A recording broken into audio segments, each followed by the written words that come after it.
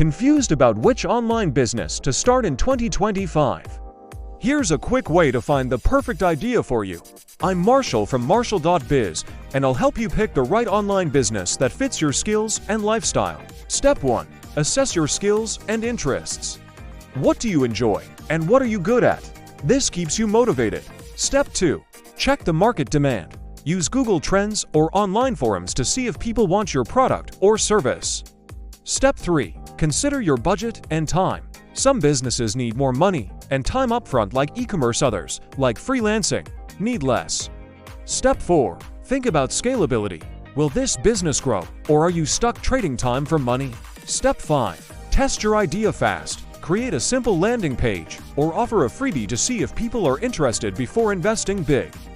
Many fail because they pick trendy ideas without checking if it fits them or if customers want it. Follow these 5 steps to find an idea you'll love and that will pay off.